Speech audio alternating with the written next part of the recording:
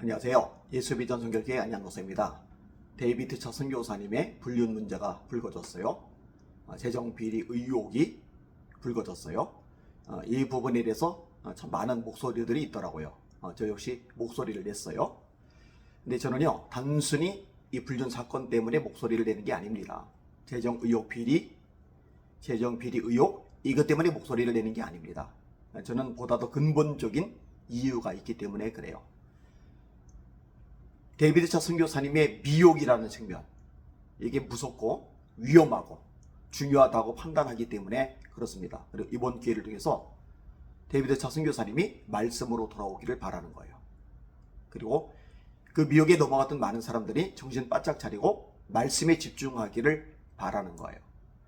예전에 3.1교회 전병호 목사님 성문제, 성추행 사건, 이게 불거졌을 때가 있었습니다.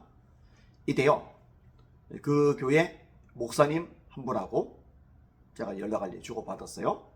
근데 제가 그런 부탁을 했습니다. 전병호 목사님이 유명합니다. 대외적으로 굉장히 많이 알려져 있습니다. 그런데 계속 그 자리에 담임 목사직을 고수하면서 이 갈등의 상황이 일파만파 퍼져나가면 한국의 전체가 타격을 받습니다. 그러니 마음을 비우고 조용히 사입했으면 좋겠다고 이렇게 전달해 주세요. 그리고 제가 이야기를 해서 그런 건지 아니면 본인이 따로 그렇게 결정을 한 건지 저는 잘 모르겠습니다만, 아무튼 사입을 조용히 했습니다. 그리고 시간이 조금 지난 다음에 개척을 했죠. 저 역시도 조금 빠르다고 생각을 했어요. 홍대 세교회죠.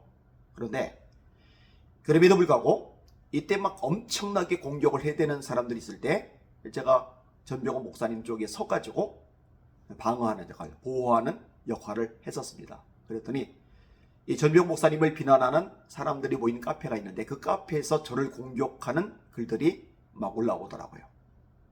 뭐 그런 거 눈치 보느라고 할 말 못하는 건 아니잖아요. 사람 실수할 수 있습니다. 넘어질 수 있어요. 다윗 왕도 불륜을 저질렀죠. 이 불륜을 은폐하기 위해서 살인까지 저질렀죠. 통에 자복할 때 비록 집안에 재난이 닥쳤지만 하나님께서 기회를 다시 한번 주셨었죠. 그리고 저라는 사람 역시도 하나님의 은혜로 불륜을 저지르지 않았을 뿐 얼마든지 가능성 있는 연약한 사람입니다. 정신 바짝 안 차리면 누구도 한 방에 훅 갈 수가 있는 거죠. 바울 사도의 고백이 늘 마음에 와닿아요. 내가 내 몸을 쳐서 복종하게 하면 내가 남에게 전판 후에 도리어 자신이 버림을 당할까 두려워하기 때문이라. 자, 실수로 넘어진 부분, 그럴 수 있다고 생각을 해요. 그거 가지고 물고 늘어질 생각은 없어요. 아까 말했듯이 미혹이라는 측면 때문에 그런 거예요. 이 데이비드 차 선교사님의 핵심적인 메시지가 뭐냐? 음모론입니다. 음모론. 그런 걸 들으면서요, 사람들이 자꾸만 그쪽에 막 쏠리게 되는 거예요. 집중하게 되는 거예요. 국제정세 얘기를 하죠. 미국과 중국의 패권 싸움 이야기, 남과 북의 통일 관련 이야기, 그리고 대한민국이 이제 앞으로 주도적인 세력이 된다는 얘기, 경제가 앞으로 대한민국이 폭망할 거다, 뭐 이런 식의 이야기.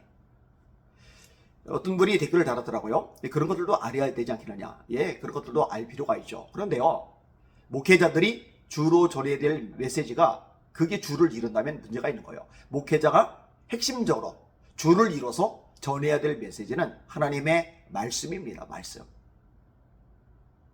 그런 음모론에 빠져가지고요, 허우적거릴 필요가 사실은 없어요. 하나님의 말씀, 성경이 가르쳐 주는 대로요, 우리는 영적으로 성장하는 데 집중하면 됩니다. 열매 맺는 거죠. 그리스도 예수를 아는 지식에서 자라가는 거죠. 예수님 닮는 거죠. 그 다음에 영혼권, 전도하는 일에 전력하면 됩니다. 예수님의 지상명령이잖아요.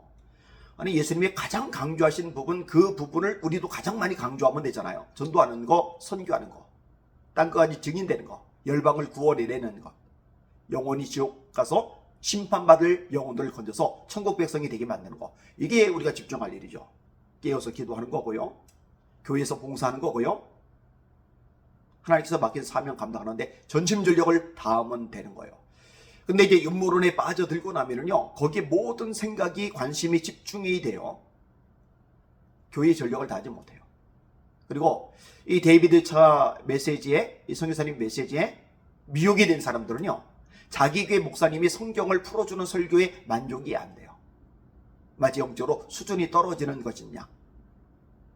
그리고 자꾸만 중독이 되어서 데이비드 선교사 식의 자극적이고 음모론적인 설교, 이런 것들만 반복적으로 들으면서 거기에 몰입이 돼 버리는 거예요. 이거는 절대로 건강한 신앙생활이 아닙니다. 그러니 위험하다고 이야기하는 거죠. 제가 여건이 되는 대로 제가 10년 전에 데이비드 차 선교사님에 대해서 지적했던 내용들이 있어요. 그 문제점들에 대해서 분석한 것이 있어요. 마지막 신호라는 책에 대해서 그 부분에 대해서 언급을 하려고 합니다. 이번 교회에 잘못된 메시지 미혹돼서 거기에 몰두하던 사람들, 그들이 돌이키기를 원합니다. 거기에 몰두해서 메시지 듣고 현혹될 바에 차라리 성경 더 읽으세요. 말씀 공부 더 하세요. 말씀 암송하시고 묵상하세요.